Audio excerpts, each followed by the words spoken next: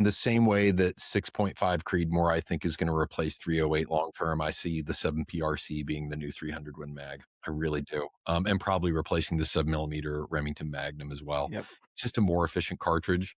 Kicks It less. was originally, it kicks way less. If I shoot my 7PRC and my 308 back to back, they kick about the same. That's pretty rad. Yeah. Because I have a Magnum caliber rifle that my rounds that I was shooting were clipping at some 35 feet per second with a 175 grain projectile, screaming fast. Everyone, welcome back to the RedBeard Outdoors podcast. I'm Jonathan, your host, and we've got a guest today, guys, that I'll be frank with you, I don't know much about, but he's a reference from a really good buddy of mine. And so, I know he's an outdoorsman. We actually just found out we share similarities in our 9-to-5s. When we're not on the mountain, the way that we actually pay the bills, right?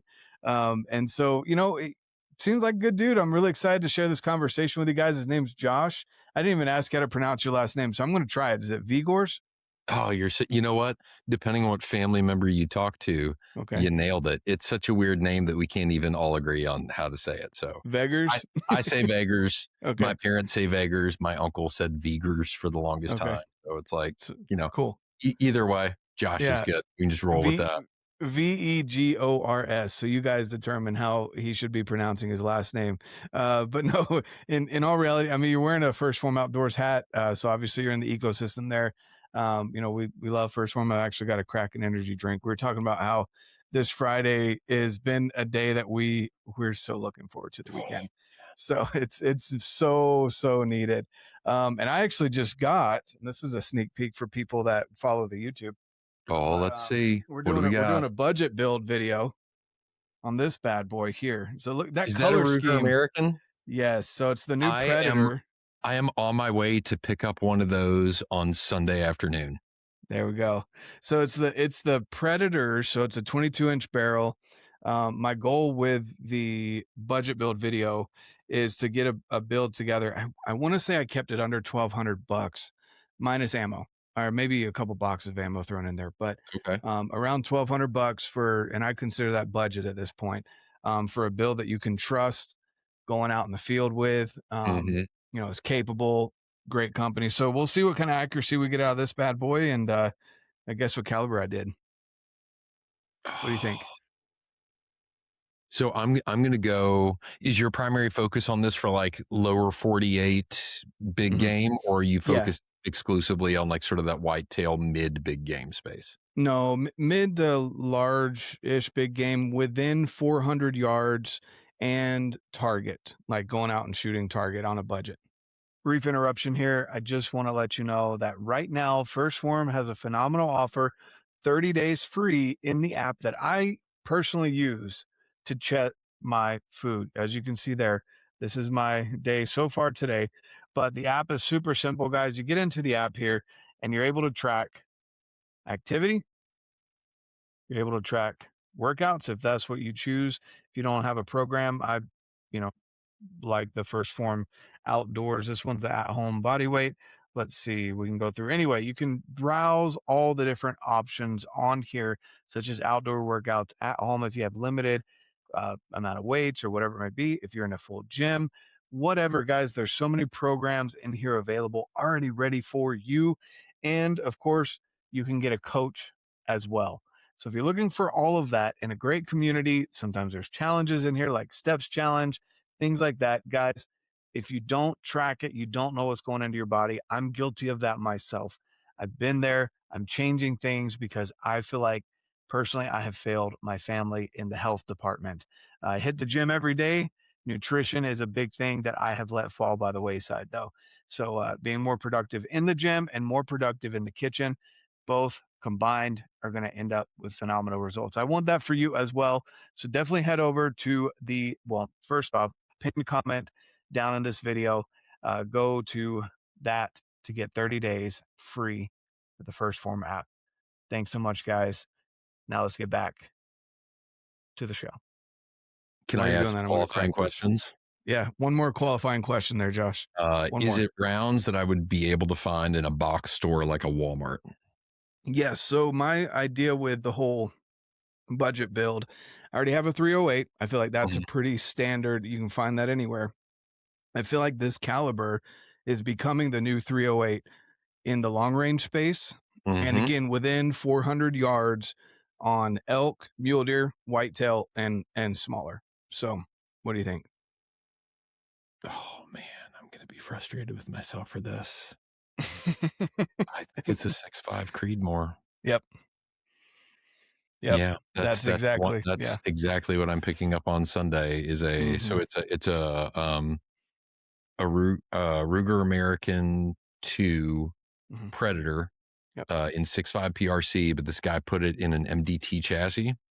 Or I'm sorry, not the chassis, but the stock. So it doesn't fold or anything like that, but Mhm. it Mhm. provides a little bit more ergonomics to it, and it's maybe a pound and a quarter heavier.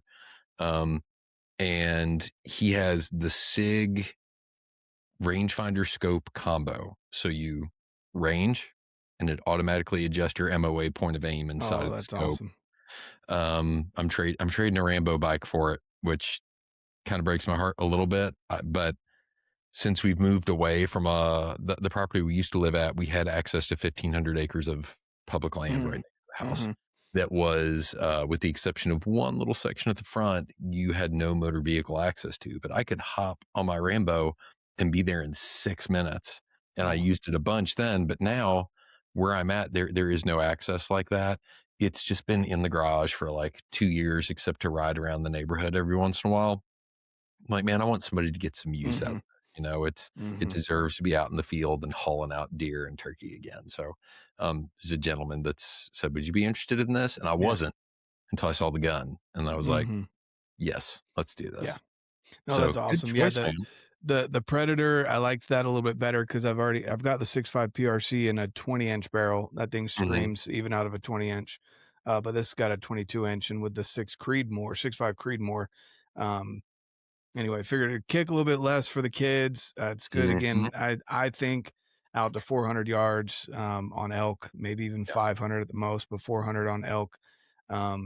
It's just a good overall, and there's a lot of hate, so I'm looking forward to all the comments and everything that are going to come in on that because everyone seems to hate on that and man bun this and all that stuff. But I'm telling you, 6.5 Creedmoor is replacing 308.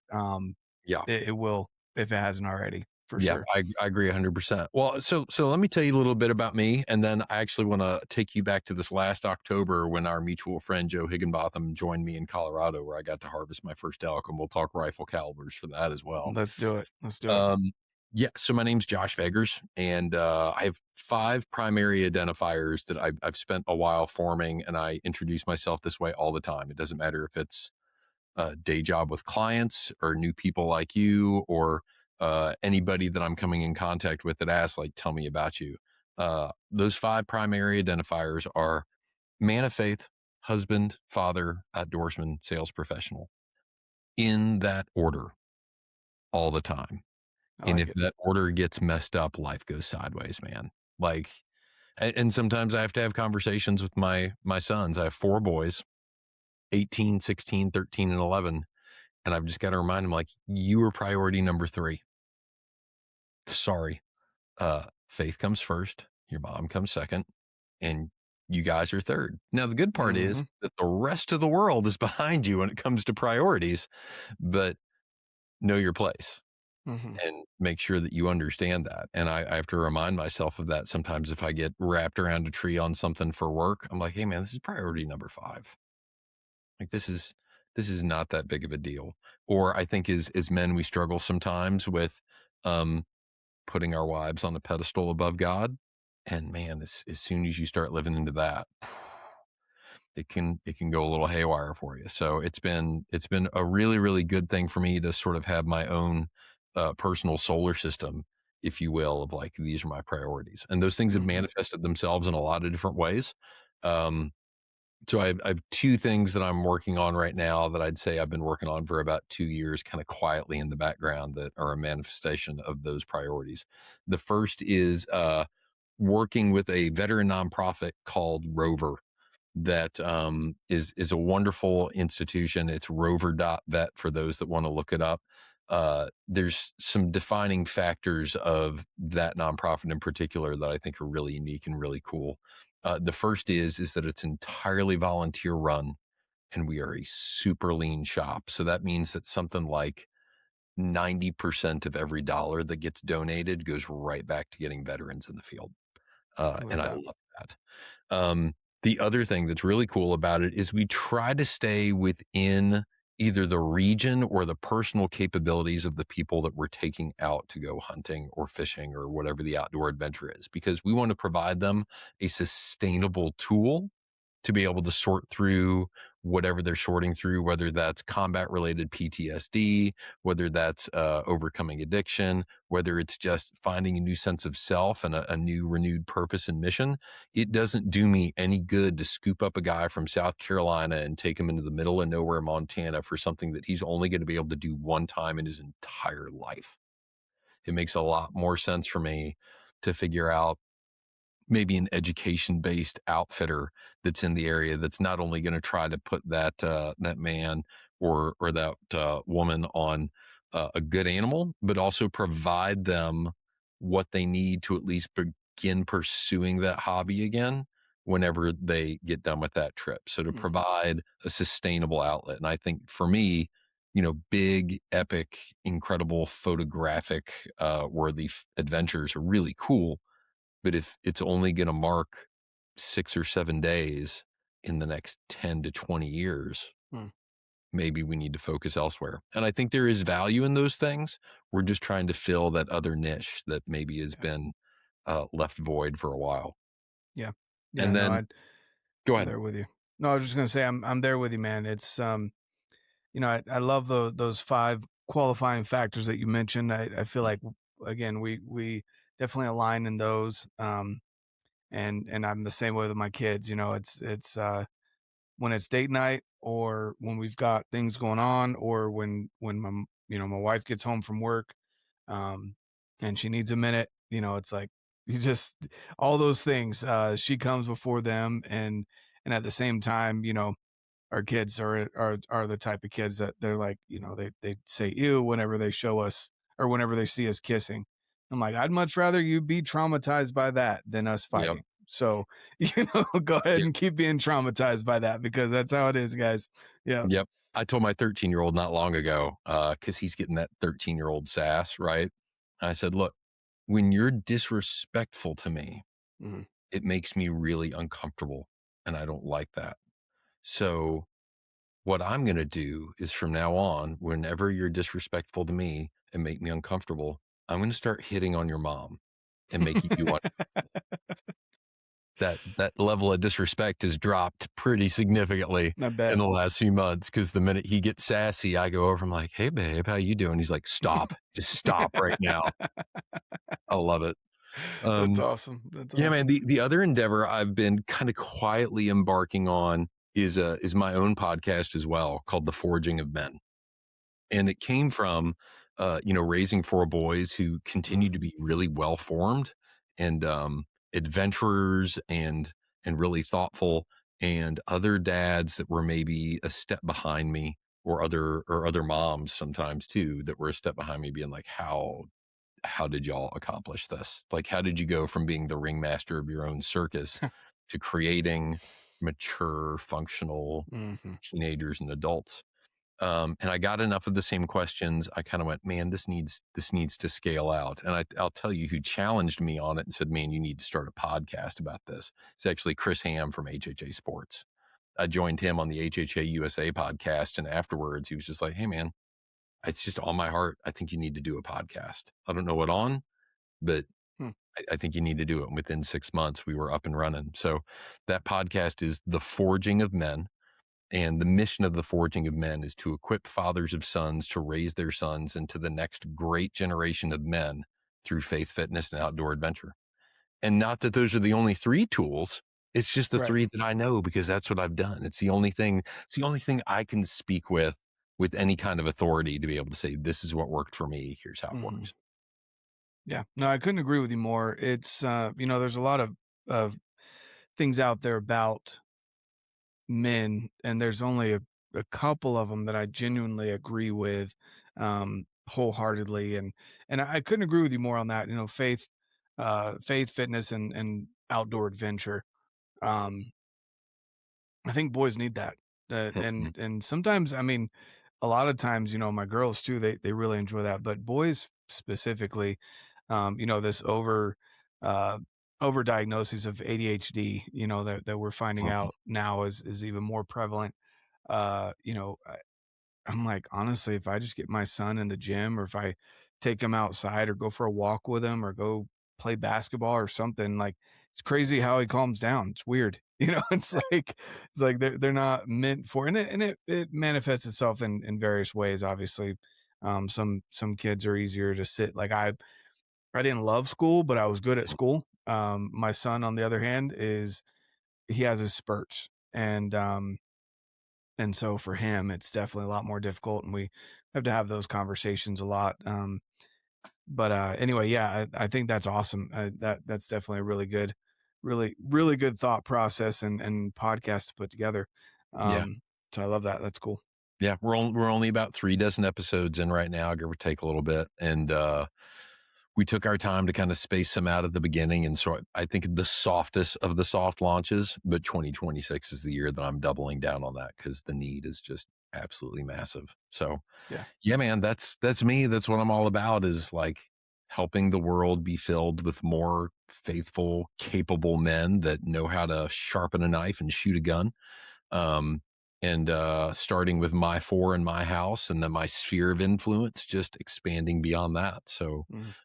but yeah, to circle back around to this last October. Well, first, before Yeah, we go get ahead. into that, I do want to say for me it was scouts, and I mean, you being out, you're out west, I imagine, or are you No, man, where?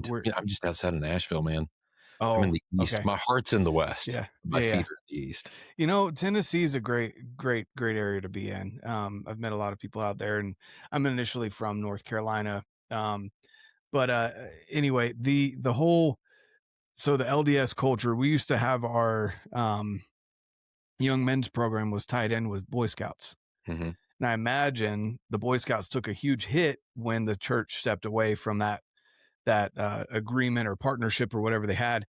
But I was lucky to grow up. Well, I wouldn't say lucky as in where in Fayetteville, North Carolina was not an amazing place. Yeah. But I was blessed to have the leaders in scouts that were all special forces operators. Mhm. I didn't realize Nice. how special forces they were until I grew up and I heard about them on various podcasts like Sean Ryan. I'm like, wait, that was my scout leader, things like that. But we did all those amazing things through scouts, from service to going out and survive wilderness survival, things like that. And my boys, my youngest is not in scouts, and he Mhm. craves those adventures, but I just can't unfortunately get behind that program right now. And so we do a lot of other things similar to what scouts are. He's just not earning merit badges. Yeah. So I definitely agree that again, getting kids outdoors, teaching them those skills and things like that it's very important for boys Yeah. especially. Yeah, my path was the same. So I was an Eagle Scout. Yep. I was a Philmont Ranger for 3 summers Oh, out in nice. Mexico. So was in that northeast corner hiking, 500 miles a summer, which was absolutely fantastic. And hunting was actually kind of late to the game for me. I hunted Hmm. sporadically in middle school with like some dove hunts and I think one successful deer hunt. Because I think my dad, who was more of a fisher and not much of a hunter, he saw my aptitude for hunting and didn't feel capable himself, and so he surrounded us with Mm, other capable hunters to invest in me and to help foster that. And, I didn't really get into hunting again until after I was married, and didn't get into bow hunting until after I'd had my first kid. mm, And, it was this interesting development of sort of having these 2 different parallels that had run in my life. The first parallel was just the outdoor camping and backpacking, and then the second parallel was the kind of hunt from home hunting. And then in, like, 2018, I went on my first elk hunt, mm, which was this beautiful intersection of all of those things at one place, and was absolutely hooked. So I have, with the exception, I think, of 1 year, have been either a hunter or just in a support role on an elk hunt every single year, primarily in Colorado and New Mexico, with one additional little stint in the Bighorns of Wyoming, which, man, is country that'll just eat you alive. Yeah. It was Yeah. fantastic. Oh, But, that's awesome. Yeah, yeah, man. let's get into that a little bit. Yeah. Yeah. Do you wanna ask questions? Or you wanna start with the story? Because I can go either way. Well, I mean, you mentioned you went out with Joe. So Yeah. for those that don't remember, haven't listened to that podcast, Joe Higginbottom, you said Higginbotham. That's how my Mhm. Siri pronounces it. There's an H in there. I just don't ever know if it's silent or not. So, but Joe's a good dude that I met actually in Colorado a couple years ago when I went hunting with a group of guys from First Form Outdoors. We Mhm. all drove in from different areas and we pretty much met Joe. I think he lived maybe an hour from where we ended up hunting. And he reminded me a lot of my scoutmasters growing up. And then come to find out, he was special forces, knew a couple of the guys that I were my scoutmasters and you know, stuff like that. And he's a really good dude. So always willing to help. I will say it was strange, when we first started talking to him, you know, Mhm. via Zoom, just how willing he was to provide information on this area that we were planning on hunting, and I Yeah. was like, either he's a really good guy or he's a serial killer that wants to take on this group and is willing to share all these spots with us for free and all this knowledge and put in all this work just to entice us to go out there and then make us Yeah. disappear. It's one of the two. It turned out he's a good dude, so I'm really glad Yeah. it was that one. So that's very similar to how I met Yeah, him. It was yeah. I'd done 2 years of elk hunting out there in Colorado just on my own, just trying to figure stuff out. And, uh, and then I was on a Colorado elk hunters Facebook page or something like that, and just dropped a line out there and said, "Hey, if anybody's in this area, I was wondering if you could check and see if this pond has water, Mm, or if this trail has got deadfall blown all over it or whatever." And he sent me a private message and he was like, "Hey man, look, I'm retired. I live right there. I got all sorts of time. Drop me some pins." And so I, on a risk of like giving up my spots, mhm. sent him some pins. And within a week, I had photos. Hey, deadfall's not there, but the trail's pretty overgrown. Pond has some water, but not a whole lot. We've got too much. I mean, just a flurry of information. And then as I was getting ready to drive out there, he was just like, "Hey, we're into elk in this spot. Why don't you come by and check it out?" And so we ended up linking up. And man, just generous with information, and he absorbs hunting knowledge in a really Mm, fantastic way, and then um, is able to express it in a way that's easily digestible, both for people who have hunted for a while, and then for newbies that maybe don't understand something mm. is what we would consider basic, like thermals. But if you're new to hunting and haven't been in the terrain, you may not get it. And he can explain Right. it very succinctly with a way that makes people go, "Oh, yeah, I get that."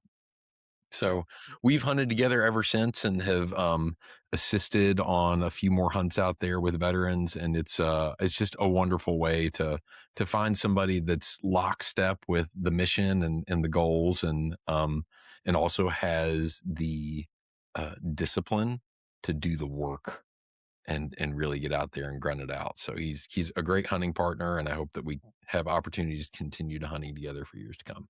Yeah. No, for sure. I couldn't agree with you more on that. So, with that being said, you mentioned you wanted to get into caliber and stuff. So what's your, I guess your background with hunting? Was mainly was out east. You Yeah. know, you mentioned there was some sporadic times, and then you got involved with, you know, your dad had the foresight to help you get, you know, with other adults that were more successful at hunting. Um, you know, you still have the whitetail bug? Like, what you know, what, Oh yeah. yeah? Yeah, I love, whitetail hunting is the big game hunting that I grew up on, right? So, um, I was very fortunate, not long after college, I was serving as the youth minister in Nolensville, Tennessee, which is a little Mhm. suburb south of Nashville, and it was still pretty country. And so when I expressed some interest in getting back into deer hunting, I had 3 or 4 property owners that were just like, "Hey, we got deer, we got property.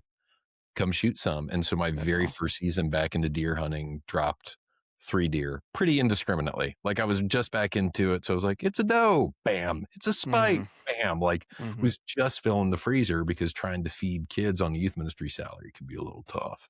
Mhm. So, I got into that, and my background there was I was primarily hunting with, a 243 in my younger years, and then my dad gave me a Tikka 308, Cool. as a present one year for Christmas. A gun that he had, and, he had a few more rifles, and he knew that he liked that one, so he just gifted it to me, and, it's been a great gun.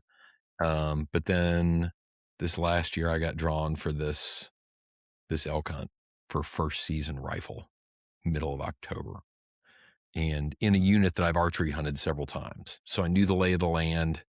Um, and I'm looking in my gun safe, and I have a couple of ARs. I have a Ho 1500 243. I've got a Tikka 308, and I'm thinking about the length of shot that I'm going to be taking there. And I was like, I think I'm undergunned. Mm.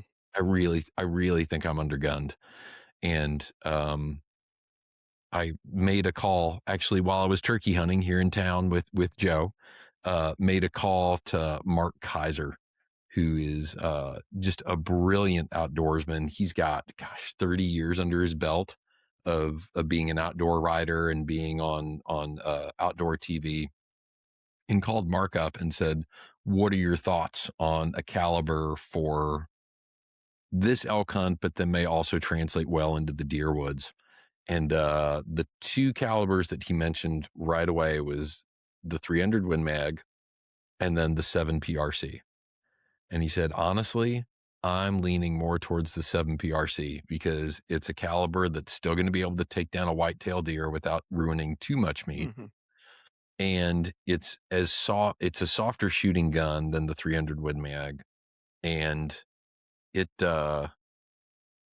it is gonna be able to reach out and touch him. His elk that he'd killed that year, he'd shot with a Bergara 7 Mm. PRC, and the first shot was at 400 yards, and the Mhm. follow-up shot was at 750 yards, Ooh. and the bullet impacts were within 2 inches of each other.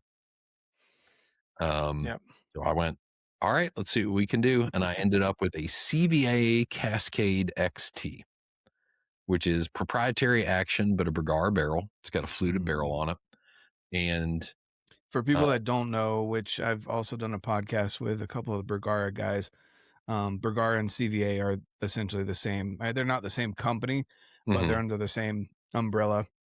yep, CVA does great muzzle loaders and more along the lines of kind of like the Ruger American, more economical than Bergara. Bergara is like the premier. I guess people that like cars, it'd be like Chevy, a Cadillac, mhm, Honda, Acura kind of deal. yep, That's kind of the Bergara CVA. So their barrels are phenomenal. Their actions are yeah, awesome. CVA makes some great stuff as well.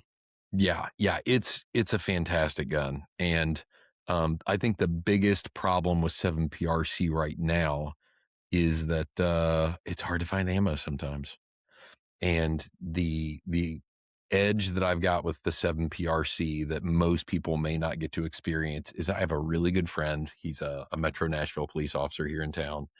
He's got a reloading bench. Hmm. And so the bullets that you would be buying for $2.75 per shot, which is like the federal premiums 175 grain ELDX, I'm reloading those myself with about 10% more velocity for 90 cents a bullet.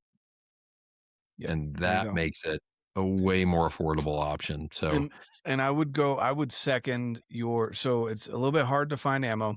mhm, And two, definitely don't, my opinion, believe the velocities that are on the box. I know they were having issues at the beginning mhm, with box ammo, whether it be Hornady, Nosler, kind of the two that I look at as far as ammo goes. Um, they're a little underpowered, and yeah, it even if you do shoot a 24-inch barrel, which most people don't. I usually on my hunting rifles, I'm shooting a 20-inch barrel with a suppressor. yep, Um, So you're going to lose some velocity there as well, right? So Yep. being able to hand load has a huge benefit, especially for 7 PRC or some of these other 6.5 PRC, 7 PRC, or pretty much any caliber. You can dial it into what you want. You're shooting a shorter barrel. You can maybe add some more powder to boost up that velocity out of a Yep. shorter barrel. Have a lighter package, things like that, which I will get into eventually, but I don't have the space or the time to be able to do that. I think I'd end up divorced if I picked up another something to do. So Man, yeah, if I didn't have a friend with all that stuff, I'd be in hmm a bit of a hmm pickle for it. So, yeah, yeah, the seven reason PRC is awesome. it's a great round. I in the same way that 6.5 Creedmoor, I think, is going to replace Mm, 308 long term. I see the 7 PRC being the new 300 Win Mag. I really mhm. do. And probably replacing the sub-millimeter Remington Magnum as well. Yep. It's just a more efficient cartridge. Kicks It was less. originally, it kicks way less. It kicks less. Mhm, So, caveats. mhm. My 7 PRC is heavier than my 308 Okay, from yeah. like a rifle perspective by about a pound and a half. Um, and I shoot it with a suppressor. So there's some recoil mitigation there. But if I shoot my 7 PRC and my 308 back to back, they kick about the same. Mm, That's that's pretty rad. yeah. Because I have a Magnum caliber rifle that my rounds that I was shooting were clipping at 3,035 feet per second with a Wow. 175 grain projectile, That's screaming yeah. fast. And but to that end, that bull sucked up 2 of those bullets like it was nothing. Mhm. Elk are so tough. And I appreciate it now because I've killed 3 deer with that gun, and I've vaporized a coyote with it. And Yep. so to see the impact that that bullet has on game here, and then to see that I had to put essentially 2 lethal shots on a bull back to back to get him to tip over. They are the toughest animals on the face of the earth. I mean, Mhm. you shoot a whitetail, it's done. I talk with guys that are bear hunters who are like, they're great, magnificent animals, but they're pretty easy to kill. And caribou, very similarly, if you put a good round on one, they're toast and they drop.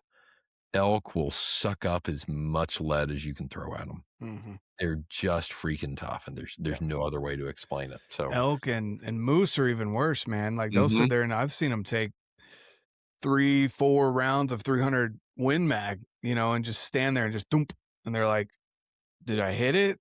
yeah, Thump, like it's yeah, nothing, and they're feeling it, but they also are kinda like, "What just happened?" yeah, Like yeah. It's like throwing a golf ball at an 18 Mm, wheeler. It's like, did I hit it? yeah. It didn't move. Like, well, you Yeah, you that's throw a good. 175 grain or a 200 grain bullet at an animal that's measured in portions of a ton instead of pounds. Mhm. Don't expect to see it react the way you would a deer. Yeah. But, yeah, man, it was an amazing experience. It was a 455-yard shot, with a 450-yard follow-up shot. And to the credit of the rifle, that bull died within 10 yards of impact of the first shot. Like, took the round, went and Still good, but stood. he felt it. Yeah. Yeah, yeah, laid down in a bed, and then I launched around into his shoulder. And a funny story with that, when these elk are coming out on a ridge top, it was a cow Mm, and a calf, another cow and a spike, and then another cow and a calf, and then we started seeing the antlers crest the hill before the bull came over. Took a look at it through the rifle scope, made sure it was a legal bull, definitely was, mhm, and then he turned and made that first shot, which was about halfway back on his body, but perfect on the up and down level. I didn't take into consideration that he was going to get almost a full stride in the third a second that it's going to take the bullet to get there. He bedded, and then my next impact shot hit him right in the shoulder blade, and his head just boom hit the dirt. Standing right behind him was a cow and a spike, just kind of watching. And as soon as his head hit the dirt, that spike mounted that cow mm, mm. immediately. Just the He's opportunity like, of "Oh, like, boss this is man's my gone." moment. Yeah. This is my time. But a really cool bull. He's hanging up right here. He's a 4x5, and he would have been a 6, but he has a brow tine broken completely Mm, off. Both of his tips are broken off, and he has a wow. skull fracture from a year or two ago that runs from the base of this antler all the way Wow. around the back of his skull and into his eye socket. And it's all calcified over and everything. So at Jeez. some point, this guy, I mean, he's a bruiser, man, an absolute Mhm. brawler. He's got points broken off, and he's got a healing fracture from a previous fight with a bull. And yeah, he was, even though he was not the biggest bull that we saw that trip, he was definitely the most aggressive one. So I'd rather have this 4x5 with broken skull scarring and the scar tissue from that than have a clean 6x6 that you can't see the character on them. Yeah. No, that's really cool. That's really awesome. I'm gonna need to take a quick break. My dogs are going crazy, and I don't know why. So give me 1 second here. Go for it, brother. I'm not going anywhere. All right. Yeah, I don't know what happened, but I brought him in here, so he'd be quiet. He's Sounds looking good. at me. He knows. He's like, "Oh no, what I do wrong, Dad?" um. Anyway, yeah. So it's funny we talk about calibers. I really like. I've heard pros and cons, but you hear that it's funny because you hear that about every single caliber, right? And it Hmm. really does depend on what you're wanting to do with it. I'd love eventually to build like a 26 or 28-inch barreled 7 PRC to be able to be my mile gun because the ballistics on that round is insane, right? That would be fun to be able to have that and just know it's super dialed in. You can take it out to a mile plus and just have fun with it. But then you take it down to a 20-inch barrel, again, out of box ammo. I think with my suppressor on it, 20-inch barrel, I'm right at around 2,900 ish Hmm. feet per second, Nice. which is good, right? It's good, but you do limit yourself losing some velocity. So just depends on what you're looking to do. Again, we go back to that. You knew specifically what you wanted to do, and you can use that caliber for other things as well. Mhm. And then you said you're building or you're picking up what did you say 6.5 Creedmoor or PRC? I'm picking up a 6.5 Creedmoor, and I Okay. think I'm probably going to end up parting with it. I'm about to have, as guys, like we love getting guns, right? But I only have so many resources and so much space in my safe. And so I think I'm actually about to Just get another I, safe. I'm That's how I resolve these. My wife's like, "How many safes do you have?" I'm like, "How many do you know about?" I think I'm gonna. So I've got one AR-15 that I haven't Mm, shot in probably a year and a yeah. half. It's a full 16-inch gun. It's got an LPVO on it. I haven't shot it because I have a 12.5 inch and 5.56, Mm, and I have a 9.5 inch and 300 blackout, and I run them both suppressed. And it's like mhm. I'm never. You put a 6-inch can on a 16-inch gun, and it's like, what am I Yeah, even it's doing? massive. Yeah. So I'm gonna get rid of one of those.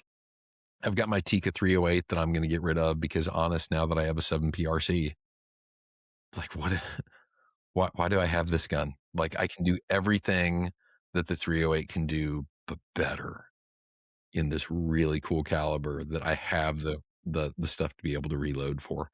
And then plot twist, I'm going to sell my current 7 PRC because it's a great gun, but it needs to be more backcountry capable for the kind of backcountry hunting I do.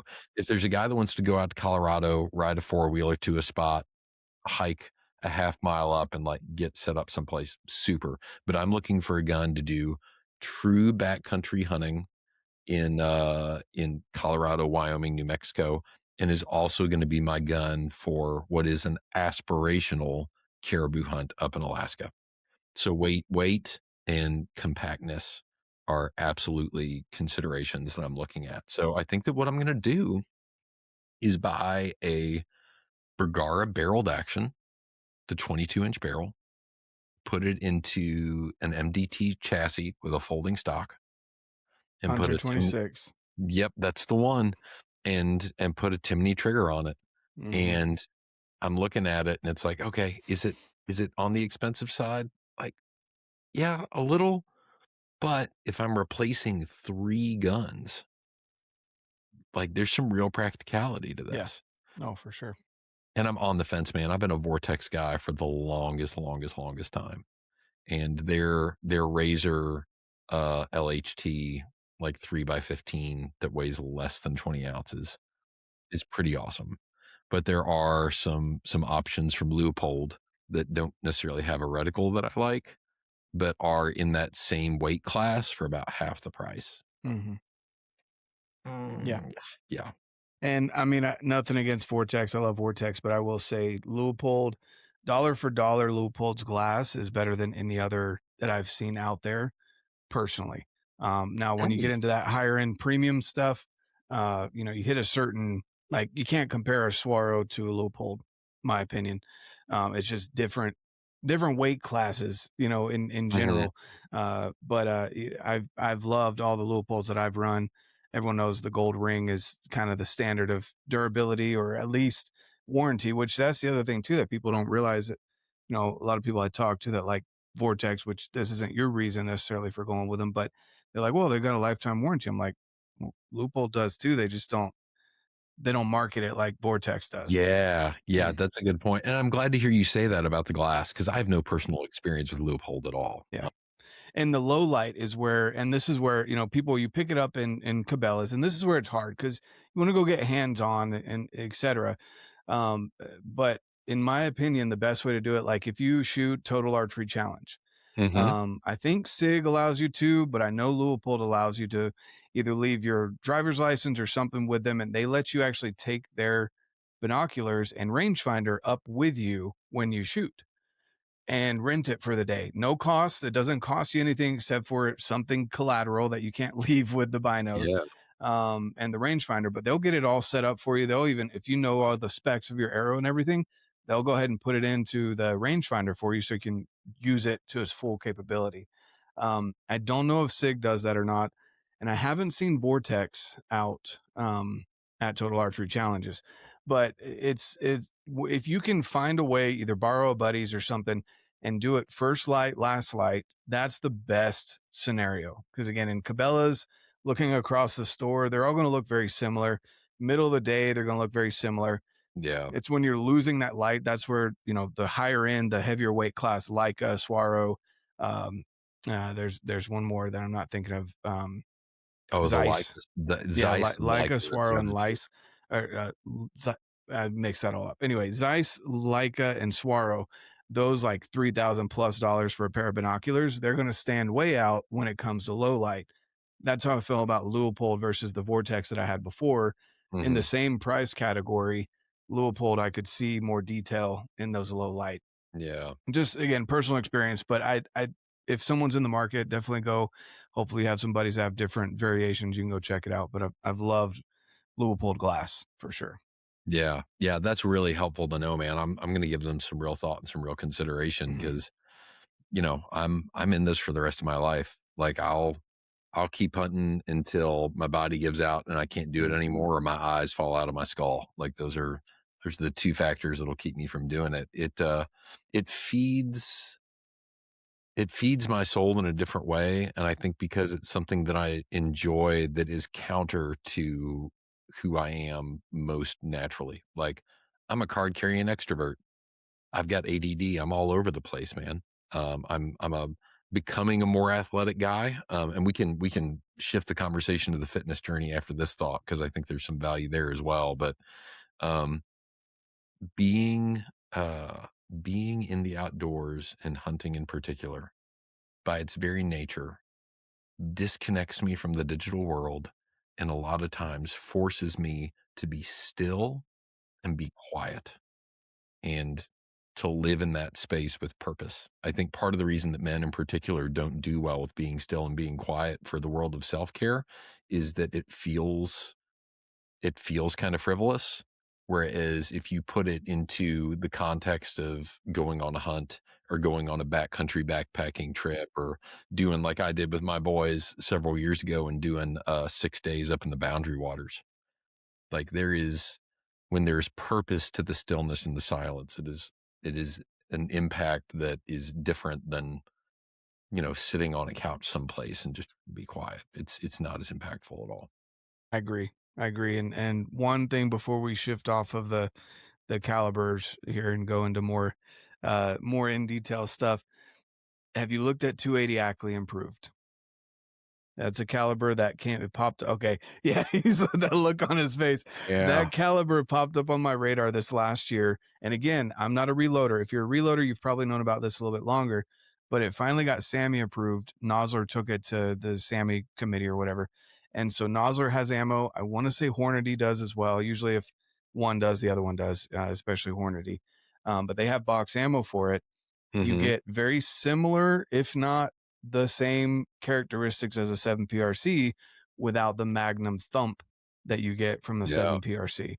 And so that one is one that's on my radar. My son loves shooting the 6 Creedmoor. He's only 11 and he can punch a, human-sized target 500 yards with a 6 Creedmoor no problem. Yeah. But I want a little bit more hate the term stopping power, but energy transferred to the animal.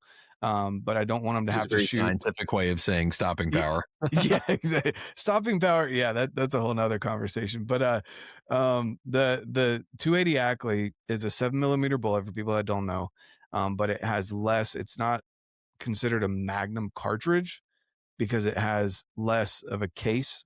So I want to say it's short action, might still be long action. I don't know. I can't remember. Um, but anyway, that's something that's really interesting to me. That between that and the 6.5 PRC for my son who's younger, doesn't want I don't want him to get gun shy. I want him to be able to shoot out the long range for many rounds without getting bruised and beaten up.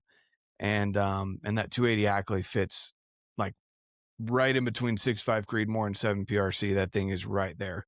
Yeah. Um, so Yeah, so I'm reading it's a long action cartridge. okay. I'm wondering what the bolt face diameter is on that because that might be Mm, one of those that if somebody's got a 30-06 or a 270, if it shares that same bolt face, you just rebarrel that thing and be set to go. Because if it's CME approved, man, we're gonna start seeing all sorts of fun manufacturers hopping on board the 280 Ackley train and mhm. putting out some good products. This is a Yeah. really exciting time um, for firearms and for hunters because I feel like the technology has come such a long way. I mean, if you even just look at in fact, I've got one sitting right here, just the shoulder on my 7 PRC round versus something like a 308 or even a 30-06. Like, just the efficiency that comes from that increased shoulder means that you're gonna be able to push a lot more velocity per grain of powder, and it's just little changes like that that when you start seeing them downrange and not feeling that impact on your shoulder, like you were saying, I Yep. a massive win for hunters that have been limited in range because of their own flinch, Yep. and, like, now you can take a step to overcome that. You can step down your Exactly. recoil while increasing your effective range. It's a And win-win. you can see your impacts too. That's another thing too. Like, yeah, you might be a man and be able to shoot that 30-06 with no butt pad on it and just like, whatever, but can you see your impact? Mhm. That's a big and that's an important thing too. Like, yeah, maybe you have a spotter, but maybe you don't. If you don't have a spotter, you want to be able to see where you hit that animal and if you need to make Mhm. adjustments or if you miss, did you miss high? Did you miss low? Did you miss in front of them? Did you mess up your wind call? Like all of those things are important too. And so I feel like it comes to building a rifle that is capable, first and foremost, capable of taking down the game that you're going Mhm. after. That's our job as hunters and conservationists is to do it ethically, right? Whether that's Mhm. with archery equipment or with a rifle, you need to make sure you're ethically taking that animal down. But at the same time, you want to mitigate some of that recoil without having a 30-pound rifle. And, Mhm. all of those things kind of come into play. So I love having those conversations. The same with archery stuff, fixed blade, mechanical blade, heavy arrow, light arrow, fast bow, forgiving bow, like what's the best? And there's always this little middle ground that I personally seem to fall into um on both, and it's so much fun. But anyway, let's get into a little bit more. I mean, you bring up uh the fitness journey. What is all right, the door just opened back there. You're Oh, now good. I got a second puppy in here. Awesome. I guess I'm all right. Anyway, guys, so with the fitness journey, I guess talk to us a little bit about that. How has that been for you? And then how are you helping your kids incorporate that into their lives? Yeah, man, that's such a good question. I did sports in high school. I was primarily a runner, so I was always lean. I had mid endurance. I had mid speed. Like there was not anything that I super excelled at in the way of cross country or track and field. I was on the roster and helped put some points on the board, but I never really focused on my own strength, because I didn't know what the long term or even the short term value was in that. I know now that as men up to about age 25, and in particular between like 17 and 25, we have the ability to grow new muscle cells. If I go to the gym right now and I work out, my existing muscles can get larger, but I can't generate new muscle cells.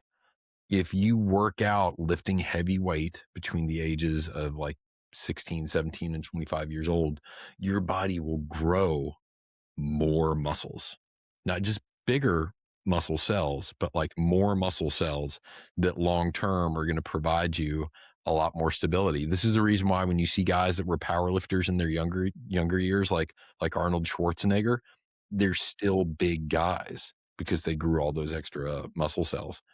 I don't know that I touched a weight, like really touched a weight until my mid-30s, and I didn't know what I was doing with it until probably like 4 years ago.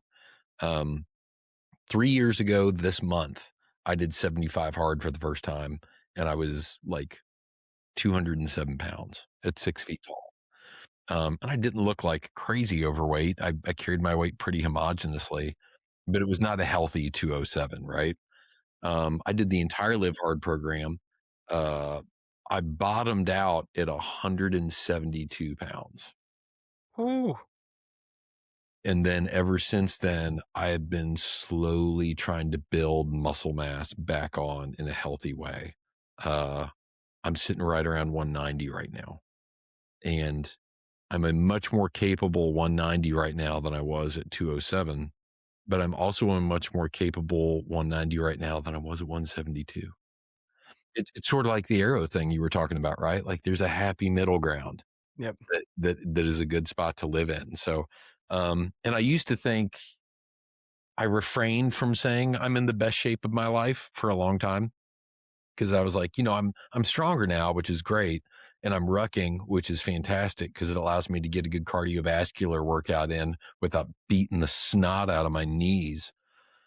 But like, I can't run now the way that I could run back in high school. Like I Yeah. can't do that. Man, Well, about 2 let weeks me ago. let me ask you a couple things on that though, because I Go call for it. that fighting my ideal fighting weight, right? Mhm, I wouldn't say the fittest, right? And I'm on the heavier end of where I've been in my life, and I'm working on trimming that back down. I've got a picture up here where I was a little, I'd say a little skinny because I felt like I ended the day hungry most of the time to get down to that weight, and that was 180. I couldn't break the 180 barrier, right? mhm, So I was hovering between 180, 185, depending on water weight for the day, etc. But that was the only time in my life I've ever had a six pack, almost an eight pack, right? And I was like, okay, I'm shredded. My wife was saying I'm too skinny, right? And some people mhm, hear 185 and they're like, oh man, maybe never hit that weight in your life. Well, for me, I'm just built thicker, right? And so I put on muscle easy, and I have this conversation with my youngest son um, because of the same thing he's going through it at 11. Kids are starting to talk about weight, and some are skinny, and some are fat, and some are in between. And um, I was definitely never the skinny kid. I was the opposite. I mhm, played all the heavy lifting sports and all the weightlifting and football and baseball, and I did some soccer. Even then, I was more defender than anything, and so, I'd love to get like 190 for me is what I call my 190 to 195 is like my fighting weight. And I'm I'm right at 5'10, right? Um, but I feel comfortable. I could go run a 5K if I need to. I can go pack out an elk. I can go bench, 315. right? So like strong, capable, not the fastest, not the strongest, but I'm kind of that, again, falling into that middle ground of I can do everything Yeah. well and I feel good and I'm not hungry to end the day. Right. Yeah. Yeah, that's a great call out. I saw a thing where a guy was talking about is if you got a six pack or an eight pack, that doesn't mean that you're strong. It just means you're hungry. And I think especially for guys like us, if our purpose is to be prepared for outdoor adventure, you've got to have some reserves left, man. We had a really rough experience in the Bighorns where we miscalculated our efficacy in the field, ended up being short on food, and had to stretch 2,200 calories over 3 days. If you don't Nope. have a little bit of fat reserves left, that becomes really dangerous. Like that's when you start getting a little dizzy. You start losing some of your decision making ability because you're operating on fumes. Um, I mean, thank goodness we had one guy that was coming out who happened to have a couple of grouse that he shared with us. And man, you want to talk about answered prayers? There were three of us sitting on a creek bank talking about how to get food, and a brook trout beached itself right next to us, Wow.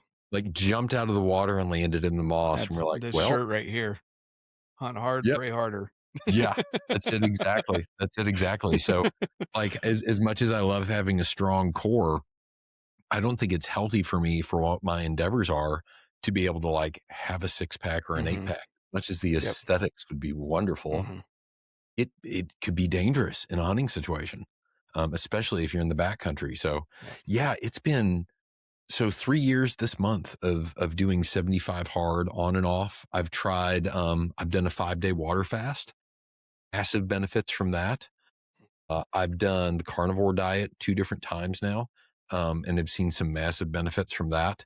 Um, it really is a holistic lifestyle change, and it's something that I've embraced and I've been living in. And what's been really cool is that as each of my boys have sort of come of age, they've seen the example that I've set, that self-care is not selfish, and they've embraced it.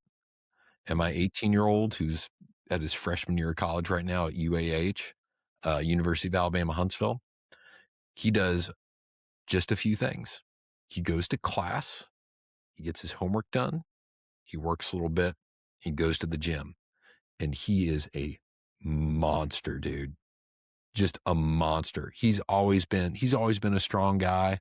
Um, but to see him go and invest in himself and shoot me a video of him at the gym doing pull-ups with a 45-pound weight hanging around his waist and is crushing out 3 sets of Heck yeah. that, like Love it. really getting to it. And something that we all share now in common, for not my 11-year-old, because I don't know that supplements is necessarily age appropriate for 11-year-old, or at least not the supplements we're taking. But my Yeah. 13-year-old, my 16-year-old, my 18-year-old, and I are all first form users. And it's I'll tell you a story that shows the power of first form. I went on a hunt in New Mexico in a unit near the Colorado border that is steep and deep country, and I was out there for 6 days, and it whooped my tail. I mean, just ate me alive, man. And I was in my fitness journey. I was in good shape, but I wasn't using supplements yet. Over the course of the next 12 months, I used First Form on a daily basis. I did pre-workout before I went to the gym so I could get more reps in. My mix right now is Megawatt and the Alpha Surge, and I love the new Alpha Surge liquid. Thank you, First Form, for putting that into a form that I can mix in with my drink. And then afterwards, I'm a Formula One and Ignition guy. And the very next year, somehow got drawn for the same New Mexico unit again. Same country, same process, almost identical weather. Actually, more difficult weather if I think about it. We had rain, sleet, snow, and colder temperatures than we did the year before. We finished that 6 days.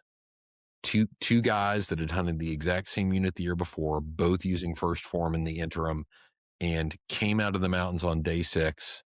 And I said, I'll be honest, man, if we had a refill on food, I could go right back down for another 6 days, be set to go. Training the exact same way, preparing the exact same way. The only difference that I can put my finger on is that we supplemented our workouts with First Form products, and there was an objective difference in how we were able to handle that hunt. Yeah. No, that's and you know, that's where supplements don't replace, right? They're not called replacements, they're called supplements, right? So Mhm. they supplement what you're currently doing. So they're not gonna, you know, if you take the DB fast track, you're not just gonna shred weight. Like that's not how that works. It's once you've done everything, you know, here's an extra tool in your tool belt to help.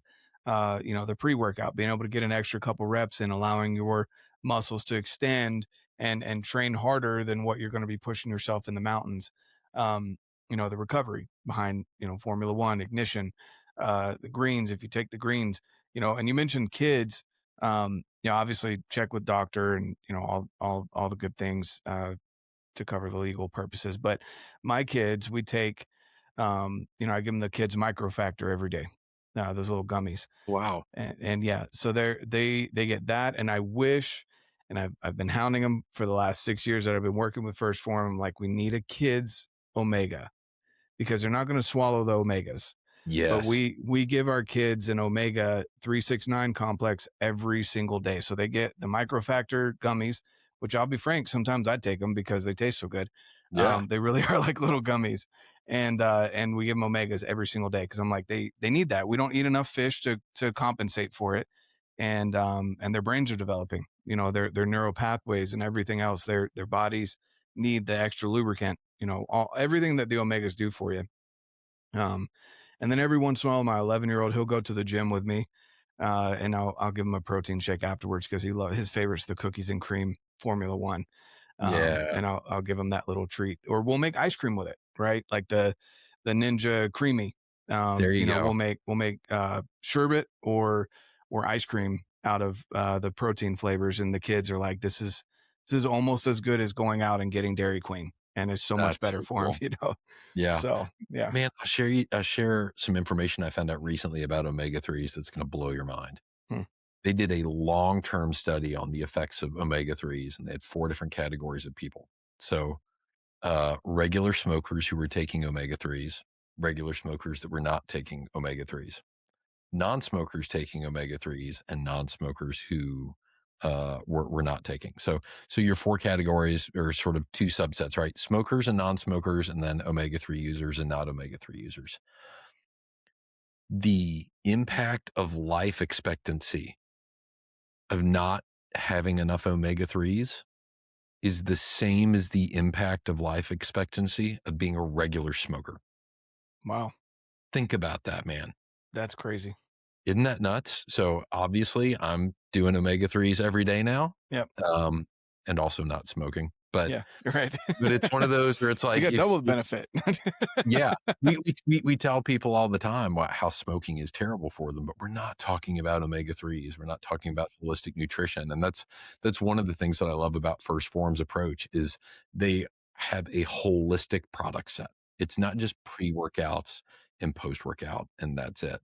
There are the vitamins, there's the minerals, there is the antioxidants, you've got the greens and the reds that you're able to take there as well, like, it is truly a full spectrum of health products to help you accomplish whatever it is that you wanna accomplish, and, Yeah, I can I get behind agree, that and 100%. it's, you know, and there's so much to it. You know, and First Form, I mean, they make clean products. I haven't ever had a protein mix as well, a creatine that doesn't get gritty, you know, Yeah. when you mix it in with stuff. Again, the omegas, going back to that, because you can go to Costco and pick up some omegas, guys, and I kind of want to dive into that a little bit. The quality, it's not just about it's not just about getting your protein shake or getting your omegas. Like the quality matters too. Just like you're not going to go to McDonald's and ask for a $70 steak, right? It's it's different in a way. Like you want to look at your EPA, and DHA, in your omegas, and you want a 369 complex. The only way to get that right ratio is from wild caught salmon, not from farm salmon or any of that.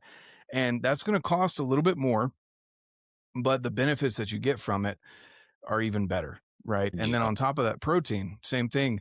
If you get bloating, if you get protein farts, all that stuff, it's probably because your protein's overcooked, quote unquote overcooked. But essentially, a lot of these big box brands, they'll go in and they'll, as they're mass producing this protein to get it out cheaper and an easier process, they don't take the time to process it in a way that you're going to get all of the bioavailability of the protein source. Yeah. And so it's like going and putting a steak on a grill at 500 degrees for 4 hours, Hmm. or putting that same steak into a crock pot for 4 hours. Which Yeah. one's going to be more tender? Which one's going to be more palatable? Which one's going to be more digestible? Yeah. It's the Well, same with and protein. I agree 100%. And if you're not using First Form and you're taking other protein supplements, I would challenge you on this. Grab your protein powder. Look at the back. Mm. If it has more than 6 ingredients, and the ingredients, some of them have more than like 4 syllables, and you struggle with being able to pronounce them, give First Form a look, because you're dealing with just a handful of ingredients. You're dealing with ingredients that I find, like, I can read them and be like, I'm pretty sure I know what that is. That's not the norm. That is not the norm. Oh, you got one right there. Which flavor you got? This is Magical Charms. Yes. Goes right with it. This is what I've been drinking, actually. This one's not open, but this one I've been drinking. Root beer float is my favorite. I hate that it's gone away. I hope it comes back. First That one Form, by far. bring I know. back root beer float. For the love of Yes. God. Yes. But this one right here, yeah. Anyway, yep. You get 1 scoop, 110, or where's the camera focus here? There you go. There you go, guys. If you're watching, if Yeah, you're look not how short watching, that ingredient list is right there. yeah. Look how short that is. That's perfect. And honestly, guys, like, I mix it even without a mixer ball or anything in it, and it mixes just fine. Yep. So What's your favorite flavor combo? Because I usually am grabbing scoops from different tubs. Combo. Okay. Here, and I will die on this grave because Jake's still like, no, root beer float and vanilla. Though that 1 scoop of each, and dude, it's like, it's even more of a root beer float than just the root beer flavor. You get a little bit more of that vanilla. That one's a good one, but my favorite, I call it Apple Jacked, because it's nice. It's Cinnamon Toast, or the CTC Cinnamon Toast Crunch, and can you guess the other? Loop de Fruit. There you go. So you get the Apple Jacks, which was my favorite cereal growing up. Yeah. And so you get a little bit of that cinnamon, a little bit of that fruity, and man, that right there. Okay.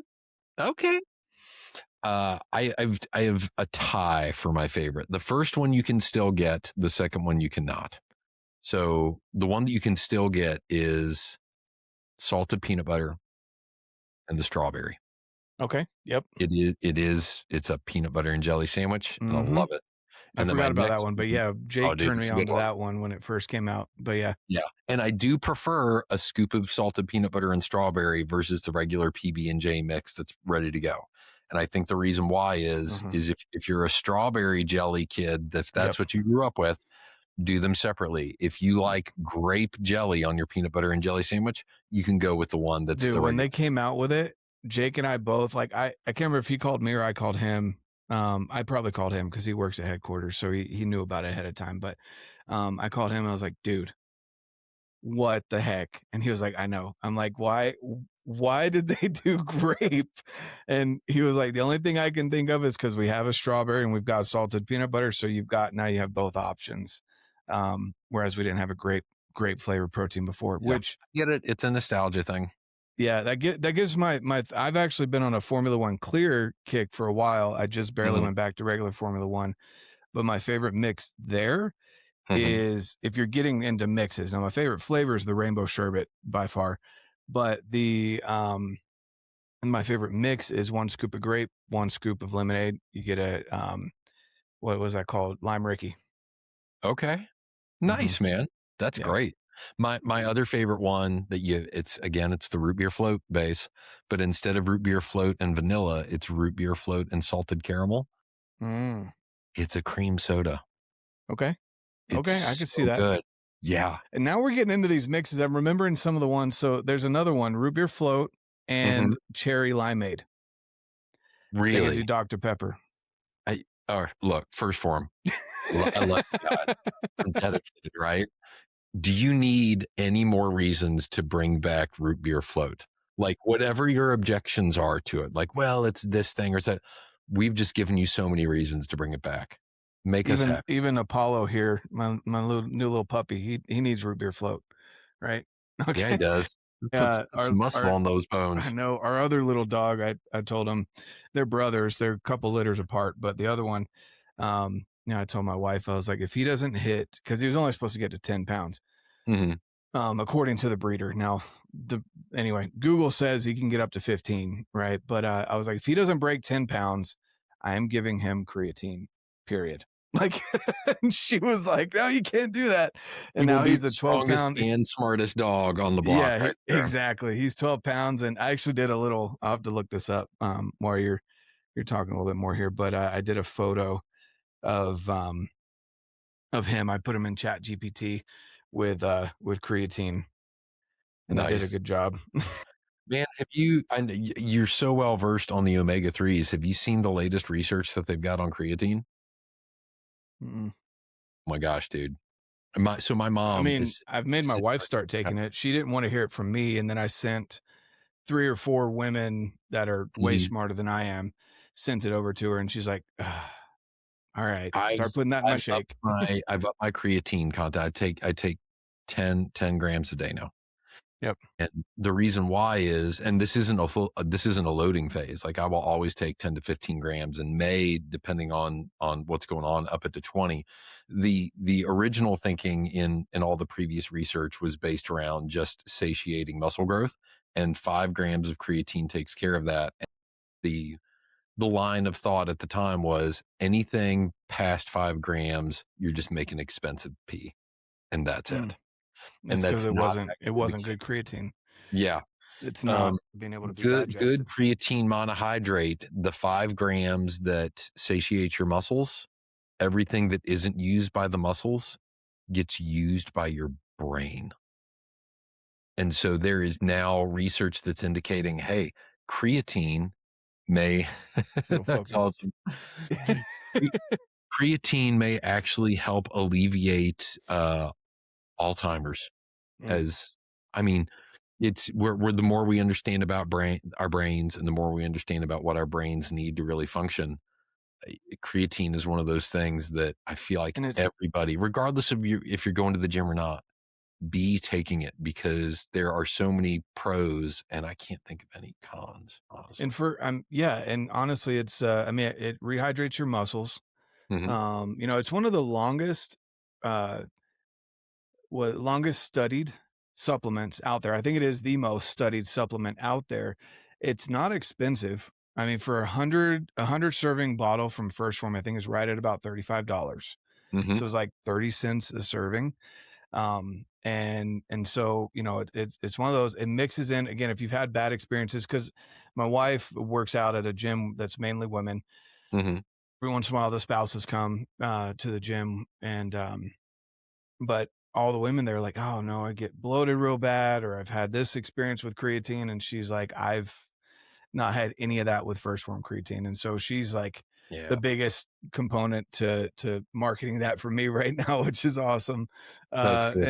And but at the same time, like, and I'm not gonna pretend to know a lot about women's health, or be an expert, but also there's studies out there saying it helps regulate their monthly cycle as well. So again, I haven't found, I don't feel dehydrated even when I'm not drinking the amount of water I'm supposed to be drinking. Hmm. I haven't felt any negative effects from it. Personally, and I don't know anyone that has from, and then there's so many different types of creatine out there.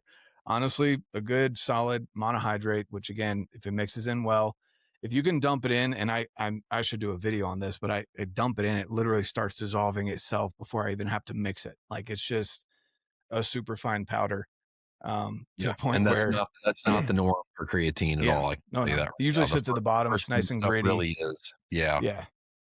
yeah, Yeah, it it's so really fine that is. you need to make sure you clean off your the tabletop at the hotel wherever you're staying at before you leave because they might think some other extracurricular activities are happening. I Yep. joke about that all the time because I've got my little supplement bar up there when we're at a hotel, and then when we're leaving, I'm like, yeah, I should probably wipe that off. That looks awful. Yeah. Yeah. I hear you 100% on that. Yeah. I've been taking it very regularly for probably 3 or 4 months now. And I've done it sort of sporadically, but when I started seeing the brain health aspect of it, or if you're sleep deprived, like if you've got one of those 3-hour nights and you've got to be able to function the next day, 20 to 25 grams of creatine will give you the same level of cognitive function as actually getting a good night's sleep. I mean, it's a game changer in every way. And to your point, it's been studied not for years now, but decades. And nobody can really poke any holes in why it would have any adverse effects at all. It's a very stable supplement that I think should be utilized across the board as much as Yeah. possible. I wish I could move the camera here. My puppy's laid up on my puffy. Actually, I'm a little worried he's chewing on something. Oh yeah, he got the zipper. He's laid up on the puffy over here. But anyway, yeah. So, man, we've kind of hit a lot of topics here today. What's something you want to leave the people with, or maybe summarize what we've talked Yeah. about, and what, Yeah, and it's and never then where can people it's find never you at? yeah, so you can find me at, on Instagram, it's Josh Vegors Media, all one word. The other place you can find me on Instagram is my separate Forging of Men, Instagram page and TikTok. And then the Forging of Men podcast is available kind of all over any place you can listen to a podcast. We're there. Go and take a listen. Our most popular episode on the Forging of Men has to do with violence and masculinity and reframing violence as a tool that can be used for good or evil, and then delineating like what does good and evil violence actually look like, and putting some parameters around that, and then helping our boys feel more capable to be able to say there is a time where violence is an appropriate action to take, get to it. Yeah. Um, and then You things know, I believe, I go would ahead. say real quick, another tangent here. My son's in jujitsu. He just got his blue belt at Nice. 11, and it teaches so much. Like he's had so many interactions at school and and out just in public that I'm like, this is why you're in jujitsu. I know it can get mundane sometimes, especially for a kid, where he's like, oh, we're doing the same thing over and over again. But man, I'm telling you, like, we'll go and mess around downstairs. And I did it with him for a little bit until time constraints didn't allow us to be at the studio for three Yeah. hours, 3 times a week kind of deal. Um, so I prioritized him going. But he'll get on my back, man. And there was one time he actually I kind of let him less, as a dad, you give them a little bit here and there. You don't let Mhm. them win, right? But you give them a little bit so they can actually practice their moves. And man, I let him take my back one time and I was like, okay, whatever. And I turned my head the wrong way and he sunk his little arm up in my neck. And I was like, dude, okay. And he got that grip in there tight to where, like, if I didn't muscle out of it, like he would have got me out. Like it was, and I was like, all right, and give him a little kudos there for that. So he knows he can get one over on dad every once in a while. But Yeah. he just it's such a good thing to teach kids that, you don't want to avoid violence, guns, archery, knives. Like, you don't want to avoid it, just like we don't want to avoid the conversations about sex and other things like that. I don't want him going elsewhere for it. I don't want him going to Google. I don't want him to go into his buddies that don't know squat about that. I want him to come to me, and I Mhm. want him to trust my opinion. And so if you try and avoid, in this instance, violence, talking about it when it's appropriate, when it's not, like, he's Yeah. going to find out elsewhere, and it's either going to come out in the wrong time. He's going to end up in jail, or someone really hurt, or Yeah. he's going to end up being scared the rest of his life. Yeah. Yeah. That's so true. And jujitsu is actually a great segue I think the takeaway here that I've got for folks is, it's never too late to start trying something new, whether that's your fitness journey, um, or trying something like jujitsu, or getting into the outdoors and doing hunting. Um, if you are going to try a new thing, try to surround yourself with capable people and be kind and patient with yourself. You are brand new to this thing, man. Don't expect to be an expert a week or a month or a quarter or a year or multiple years in. Like it is a journey that's supposed to be taken with good company. And I'm sure that for any of those that I just said, whether it's the jujitsu or the hunting or fitness or any of those things, I'm sure if you start asking around, there are already people within your circle, within your sphere of influence that at least have interest, if not expertise in those things. And I guarantee that they're going to be excited to share it with you. So whatever that thing is, start tomorrow. Heck, man, if you're early in your day right now, start today. If it's fitness, see how many push-ups you can do. It might be one, it might be zero. That is totally fine. Try again the following day. If it's the hunting side of stuff, man, just put a Facebook post out there maybe or an Instagram post and just say, I'm interested in getting into hunting. What's a great place to start? And see who in your circle is like, hey man, I got you. Let's do this. Um, find something to help you evolve as a human being, and especially for those of us that are dads. Like, don't be stagnant, man. You've got a responsibility to be a provider and a protector and to set an example for your kids and especially your sons. It's time to Yep. get to work. Let's do it. Yeah. I love it. I love it. That's a great way to end out there, guys. I couldn't agree more. I will leave the links for Josh's podcast and his Instagram down below. Definitely go check him out. Really appreciate your time today, Josh, for hopping on here last minute. We got can't believe we're already halfway done with January. I feel like last year flew by. We're two weeks into January, and time is just flying even faster. So Yeah, uh man. yeah, hope you have a fantastic day, guys out there listening. Definitely, if you're watching or listening to this on Spotify, drop a comment. That's something that Spotify is allowing now, is videos and comments. I want to interact with you there. It's pretty awesome. If you're listening on Apple, definitely go check out again Josh's podcast. If you're interested in anything First Form, send a message to me. Send me an email if you don't have social media. Send me an email, or if you are on social media, send me a message over there. More than happy to help you out and get you started down the right path, and continue your journey if you're already on your fitness journey.